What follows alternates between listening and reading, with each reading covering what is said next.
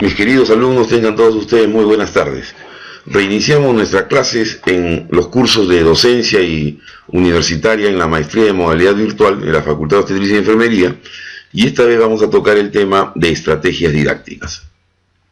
El objetivo de la presente reunión es definir lo que es la estrategia didáctica, conocer los componentes y las características de estos, y diferenciar los tipos de dinámicas grupales. Entonces comenzamos con la definición. Aquí se llama estrategia didáctica. Es un conjunto de acciones educativas donde voy a combinar lo que son materiales didácticos, medios didácticos y técnicas didácticas, enmarcadas en un paradigma también denominado método, que el docente selecciona, organiza y secuencia para asegurar experiencias que favorezcan el aprendizaje del estudiante. Dicho de una manera más sencilla, las estrategias didácticas se basan en 4 componentes, en 4 aspectos: la selección de un método, la definición y el uso de medios educativos, la preparación de materiales y la selección o adecuación de una técnica educativa.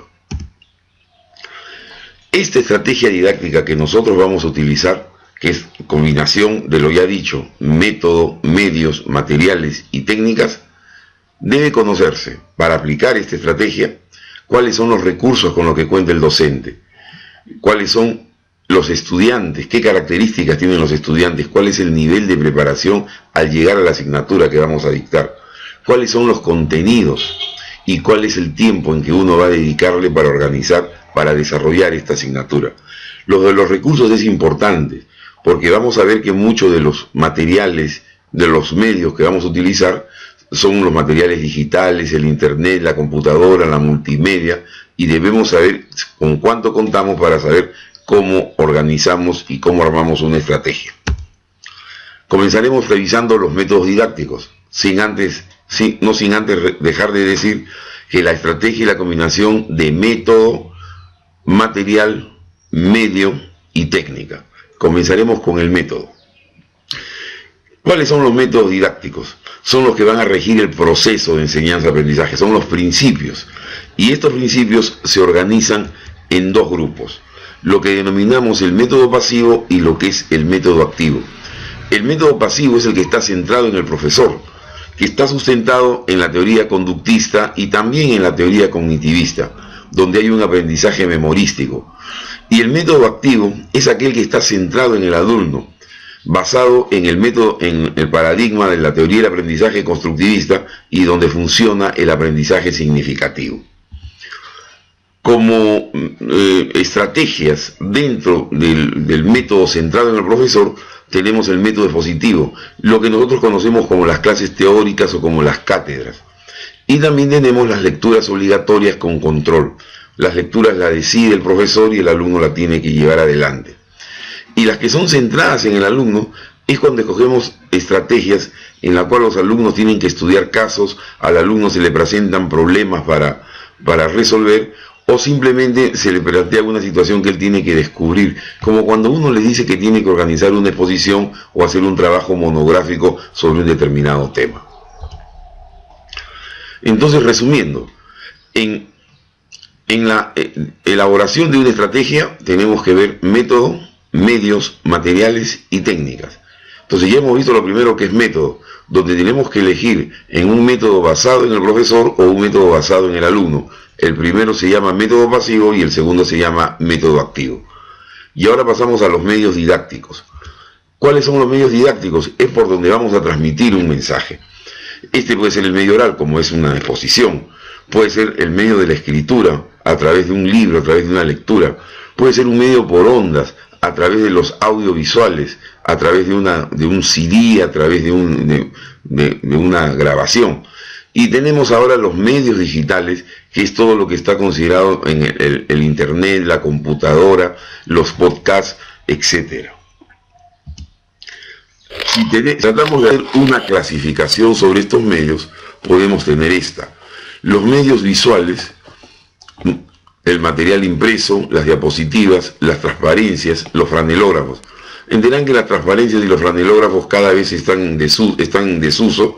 Sin embargo, cuando no contamos con recursos de diapositivas o de multimedias, estos pasan a tener gran importancia. El método auditivo, el oral, la palabra hablada, el radio, las cintas. Los audiovisuales, la combinación de los dos anteriores, la televisión, el cine, el VHS, el CD. Y los medios digitales, donde tenemos la computadora, los CDs, la multimedia, el internet, la página web, los blogs, los videoconferencias, los podcasts, los blogs, una variedad de medios. En una asignatura uno puede utilizar diferentes medios en diferentes actividades y todo armando todo lo que viene a ser la estrategia didáctica.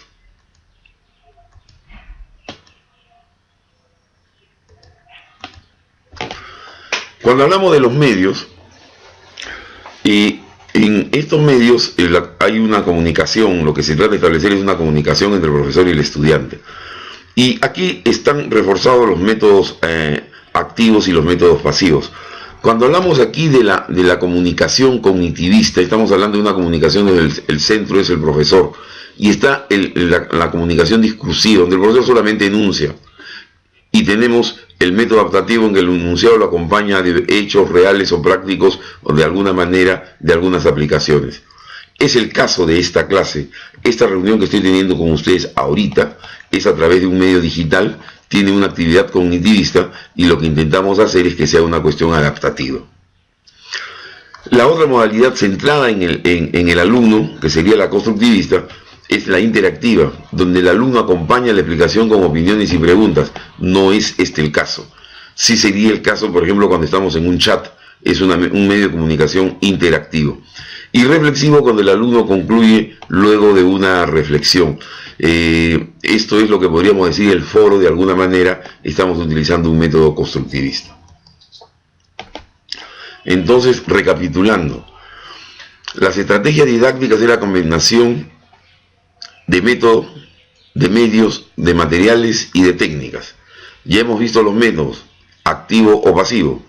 Hemos visto los medios, orales, auditivos, visuales, digitales. Y ahora vamos a revisar los materiales didácticos. ¿Qué cosa es un material didáctico? El material didáctico es el conjunto, la fusión del medio con un mensaje.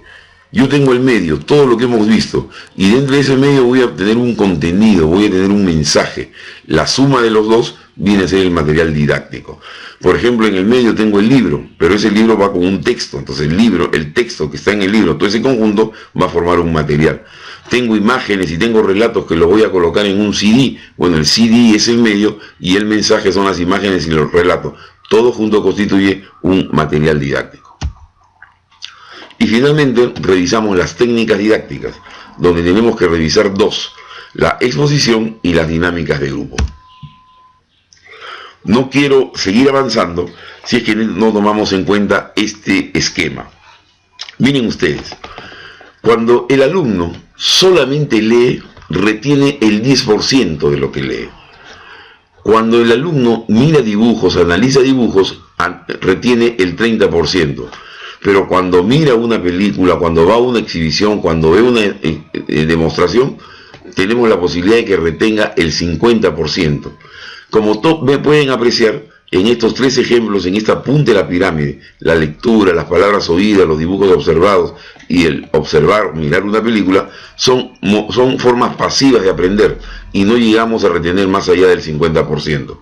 Pero cuando hacemos modalidades activas, con participación activa y receptiva o actividad pura, nosotros podemos llegar a retener del 70 al 90% de lo que estamos enviando como un mensaje. Por lo tanto, es interesante que cuando nosotros planteemos nuestras estrategias, tratemos de que sean estas de manera activa. El método activo centrado en el alumno. Los medios tienen que ser interactivos para que haya mayor participación del alumno, que sea activo, y así podamos decir que retenemos del 70 al 90%. Si lo llevamos al curso que nosotros estamos dictando, verán ustedes la importancia que tiene para nosotros el foro, la importancia que tiene para nosotros el chat, y si consideramos el trabajo individual como una actividad pura, pues son actividades que van a permitir que ustedes retengan del 70 al 90%. También tenemos en este curso otras estrategias como las lecturas obligatorias, entendiendo que una lectura obligatoria ustedes solamente van a retener el 10% de lo que leemos. Pero si esa lectura obligatoria no la realizan, no tendríamos forma en que puedan participar en estas actividades activas, de participar en debates, de tener conversaciones o de hacer las cosas que se intentan aprender, donde vamos a retener del 70-90%. Visto esto, entonces podemos entrar a revisar la técnica didáctica centrada en el profesor, que es la exposición o la cátedra.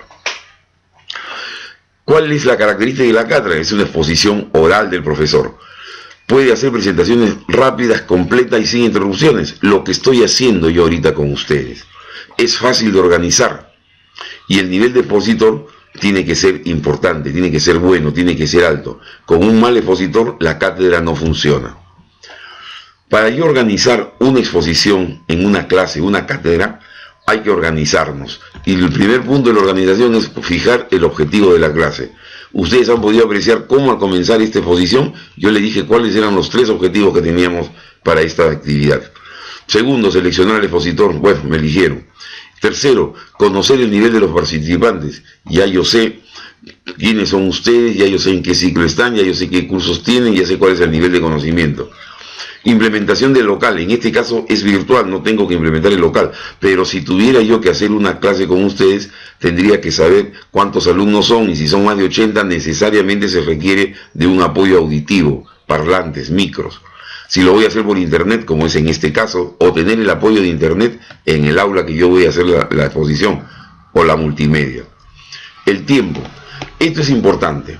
Se recomienda que el tiempo de una exposición no debe ser mayor de 60 minutos y lo recomendable es 30 minutos, porque está demostrado que a partir del minuto 20 el alumno comienza a perder la atención, y la atención es un requisito indispensable para que el alumno pueda retener.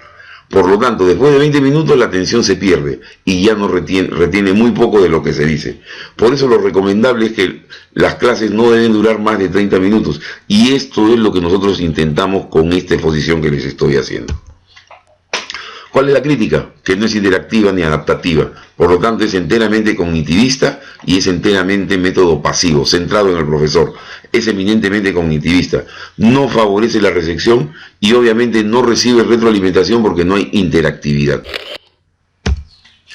Pero sin embargo, a pesar de todo esto, la cátedra ha sido exitosa.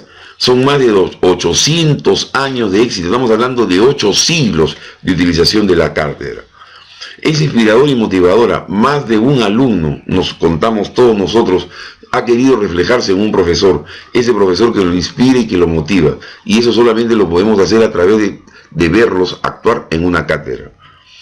Cuando hay temas conflictivos, permite, o temas discrepantes, o varias posiciones frente a un determinado aspecto, permite que el profesor además pueda dar una posición frente al problema. El profesor tendrá la obligación de decir, todas estas son las líneas que existen, pero esta es la posición que yo tengo. La cátedra además es flexible. La cátedra permite que yo pueda llegar a todos los niveles de los alumnos, ya sea en diferentes exposiciones o con la misma exposición poder llegar a todo el auditorio desde el nivel más bajo al nivel más alto. Y es la más simple de todas. Finalmente, una exposición lo único que requiere es una pizarra, mota y tiza. Si nos sofisticamos requeriremos pues computadora, proyector, multimedia, internet, pero donde no existe nada, con una pizarra, una tiza y una mota es suficiente para hacer una cátedra. Conociendo las deficiencias, que no hay interactividad, que es enteramente cognitivista, nosotros decimos aquí que podemos mejorarla. ¿Y cómo la podemos mejorar? Dándole toques de constructivismo. ¿Cómo es esto de toques de constructivismo? Que mientras yo voy haciendo mi exposición, yo estoy realizando preguntas motivadoras o reflexivas que al alumno le permita estar pensando, interactuando mentalmente con el profesor. Y si fuera una exposición presencial, por lo menos dar la posibilidad al alumno que pueda preguntar para retroalimentar el sistema y retroalimentar. No es el objetivo de una cátedra estas dos intenciones, pero en la medida de lo posible que lo podamos hacer, vamos a elevar el nivel de la cátedra. Cuando uno plantea hacer una exposición, plantea hacer una cátedra, pues esta exposición va a tener 5 momentos, 5 partes, digamos. La primera, que es la motivación. La segunda, el momento básico donde yo voy a explicar el problema. El tercero, el momento práctico, donde voy a hacer una aplicación sobre lo que estoy explicando. Y finalmente un momento de evaluación, y si hay la posibilidad de hacer un momento de extensión en buena hora. Entonces, estas son las 5 etapas, los 5 pasos en la cual yo debo organizar una cátedra. Muy bien.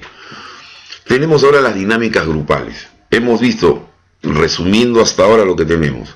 Armar la estrategia significa combinar método, activo-pasivo, medio, visual, auditivo, digital, los mensajes, tener listos los materiales, poner los mensajes, y cuarto, elegir una técnica. La técnica puede ser la expositiva para la actividad pasiva y las dinámicas grupales para los activos. Entonces, en esta parte es interesante conocer los diferentes tipos de dinámicas grupales que existen. Y aquí les voy a presentar estas 3: seminario, simposio, panel, mesa redonda y foro. Traten ustedes de diferenciar uno de otro. Comienzo con el seminario. En las facultades, en las escuelas de pregrado, usualmente llamamos seminario esa actividad donde de un grupo pequeño, 15 o 20 alumnos, se escogen 3 o 4 para que sean expositores de un tema y los alumnos salen a exponer. Finalmente hay algunas preguntas y se da por concluido el seminario. Pues bien, eso no es seminario. ¿Cómo se define el seminario? Es una clase o encuentro didáctico, donde un especialista profesor y sus asistentes, otros profesores, interactúan con los participantes en discusiones. Los participantes discuten para difundir o profundizar un conocimiento. Y entonces el objetivo es que investiguen, analicen y estudien un tema para sacar conclusiones. O sea, vamos a discutir y vamos a sacar conclusiones que estén aprobadas por todos los asistentes. Veamos. Aquí pueden ver más o menos en este esquema cómo se organiza un seminario. Yo ese grupo de 15 alumnos lo voy a dividir en 3 grupos de 4 o 5 alumnos, y en cada grupo voy a tener un profesor que va a estar asistiendo a cada uno de esos grupos. Y dentro de esos alumnos voy a escoger a un alumno líder. Entre ellos van a discutir el tema. Tengo 3 grupos y luego de la discusión de cada uno de estos grupos va a salir unas conclusiones. Esas conclusiones van a pasar al final a una mesa final donde va a haber un relator que suele ser el profesor, donde se van a presentar los resúmenes y las conclusiones de cada grupo. Y el profesor es el que finalmente va a hacer las conclusiones de todo el seminario. Entonces, esto es diferente, porque aquí yo estoy teniendo como objetivo que todos los alumnos discutan, que todos los alumnos entre ellos profundicen el tema, y cuando tengan que hacer sus conclusiones, cuando tengan que hacer su resumen, necesariamente van a estar en una actividad de aprendizaje intensa, donde vamos a cumplir con ese 70-90% de retención. Este es el seminario, no lo que normalmente solemos ver. ¿Cuál es la ventaja entonces del seminario? Que se genera un alto nivel de participación. Amplía el panorama mediante consulta, investigación y sobre todo discusión. Hay un ambiente de intercambio grupal donde además vamos nosotros enseñando y entrenando a los alumnos en algunas actitudes que son importantes, la tolerancia y la humildad. Y es conveniente hacer resumen al final, el resumen final del relator, y finalmente distribuirlo. Estas son las características del seminario. Luego tengo la otra dinámica grupal que se llama simposio. Aquí en el simposio es un grupo de expertos exponen diversas partes de un tema en forma sucesiva ante un auditorio. ¿Qué significa eso? Que yo voy a tener un tema que lo voy a dividir en 3 o 4 partes y donde cada una de esas partes van a ser expuestas por alumno. Veamos este ejemplo. Este es un ejemplo de un simposio sobre pancreatitis aguda, donde he dividido el tema en 4 partes: base fisiopatológica, características radiológicas, soporte nutricional y tratamiento quirúrgico. Cada uno de ellos a cargo de un experto. Entonces, cada experto va a hacer una descripción, un análisis de cada uno de esos puntos. Pero ¿cuál es la ventaja? Que esto lo va a hacer en corto tiempo. Por lo tanto, la ventaja es que voy a tener una información detallada y completa en poco tiempo. Menos de 20 minutos, lo que estamos diciendo cuando el alumno no ha perdido la atención. Si yo desgloso este ejemplo de pancreatitis aguda en 4 exposiciones, cada una de 15 minutos, tenemos 1 hora, donde cada uno de los participantes ha estado 15 minutos y ha hecho que no se pierda la atención del alumno. De otra manera, Exige que los expertos sean concretos, por lo mismo que tienen que explicarlo en 15 minutos. Es fácil de organizar y evita repeticiones de la temática.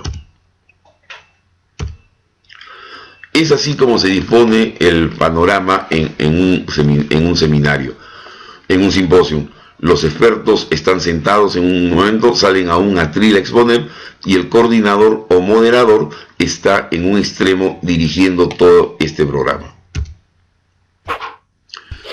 Este simposio, aquí tienen el otro esquema, ¿no? La mesa donde están los que van a ser los expositores, y aquí está el atril donde va a salir uno por uno a dar su exposición durante 15 a 20 minutos.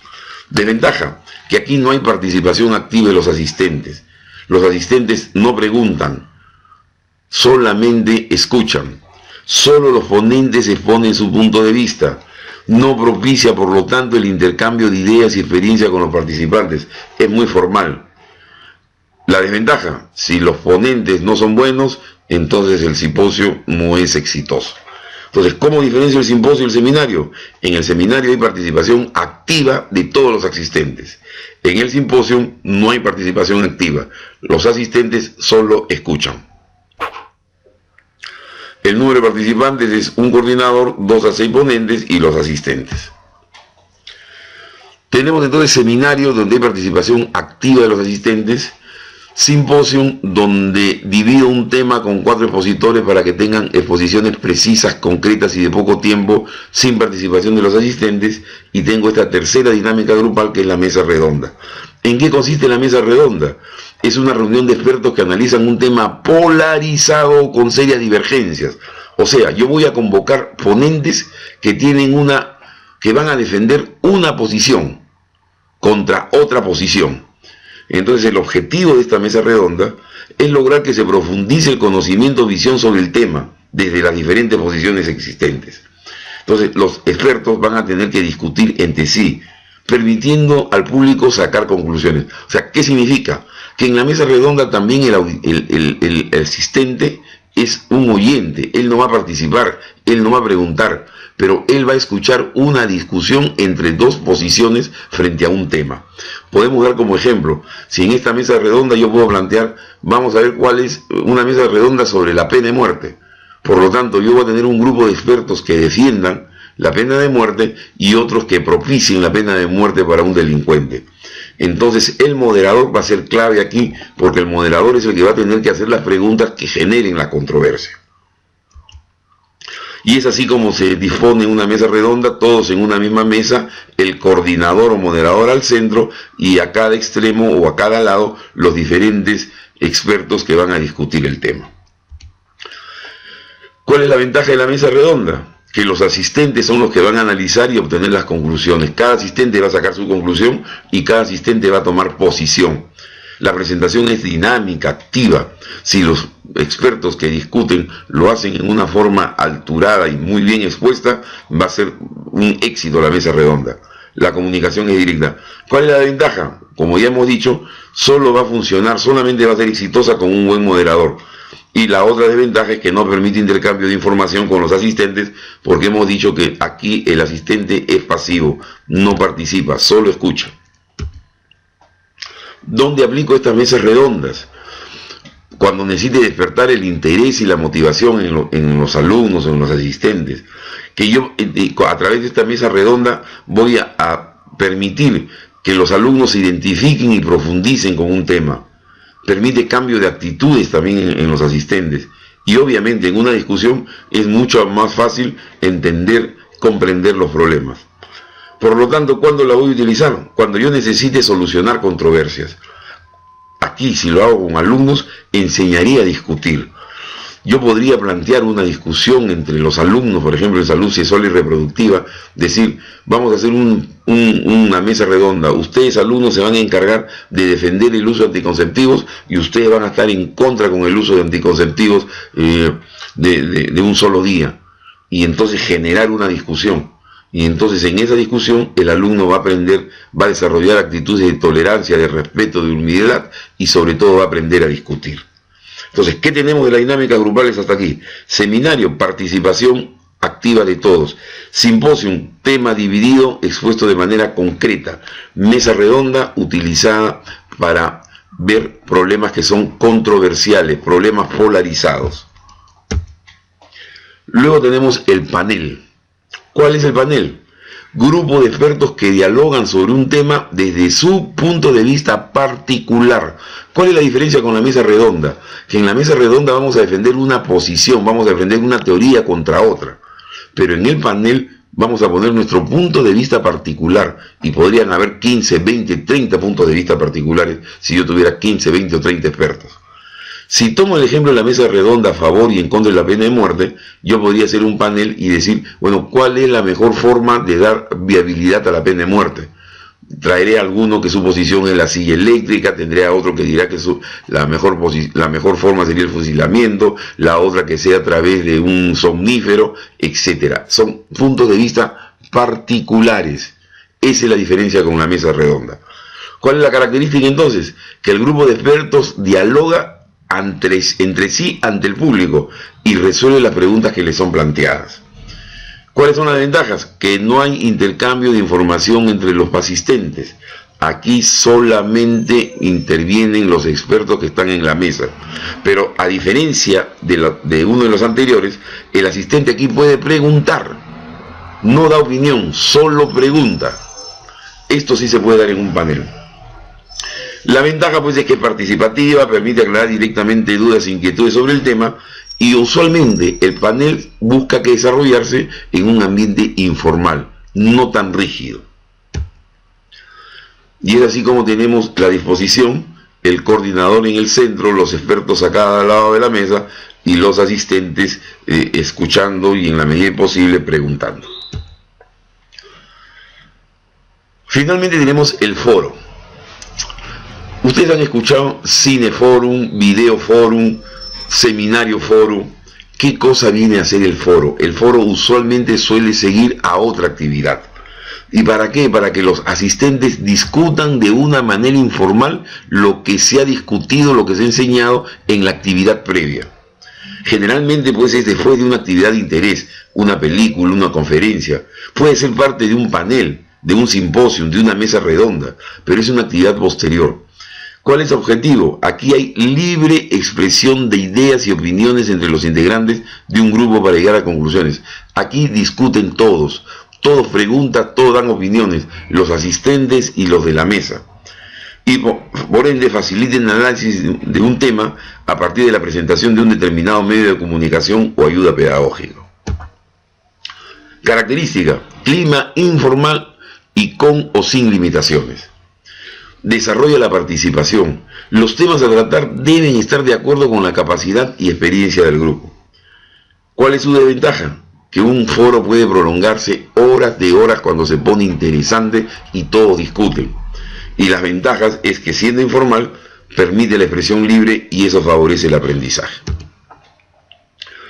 Entonces, hemos revisado cómo se arma una estrategia a partir del método que elijo, a partir de los medios que elijo, de los materiales y de la técnica que vamos a utilizar. Si es una técnica pasiva, exposición, lectura, o es una técnica activa, las dinámicas grupales.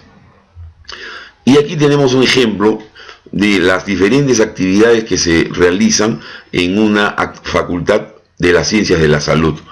Como pueden ver, la estrategia está que existen clases teóricas, existen clases prácticas, existen seminarios, talleres, existen prácticas externas, existen tutorías. Y cada una de ellas tiene su característica, cada uno de ellos tiene sus materiales, cada uno de ellos tiene su método, cada uno de ellos tiene su medio y cada uno de ellos tiene su material. Y en las no presenciales, que es el caso en que nosotros estamos en la maestría en la modalidad virtual, yo tengo dos tipos de actividades. Miren, tenemos trabajo en grupo, lo que constituiría una dinámica grupal, cuando realizamos los chats los días viernes y cuando realizamos los foros, que usualmente lo hacemos los días jueves. Y el trabajo autónomo es en que yo busco que desarrollar el autoaprendizaje del alumno. Ahí tenemos los trabajos individuales, cuando pedimos que preparen un ensayo, cuando les digo que resuman una lectura y cuando tenemos una lectura obligatoria. De estas hay algunas que son pasivas y otras que son activas. Se lo dejo para que ustedes lo reflexionen. Conclusión entonces de esta clase. La estrategia y la combinación de materiales, medios y técnicas enmarcadas en un método. 2. El método puede estar centrado en el alumno o en el profesor. Los medios pueden ser auditivos o visuales o digitales. Y los materiales son la fusión de un mensaje con un medio. Tercera conclusión, existen varios modelos de dinámicas grupales y cada uno de ellos tiene una aplicación específica. Dejo para su reflexión que determinen cuál es la estrategia didáctica en esta maestría, cuál es la técnica que se utilizan, cuál es el método que se utiliza y cuál es el medio por el cual se lleva adelante toda esta enseñanza. Muchas gracias por la atención.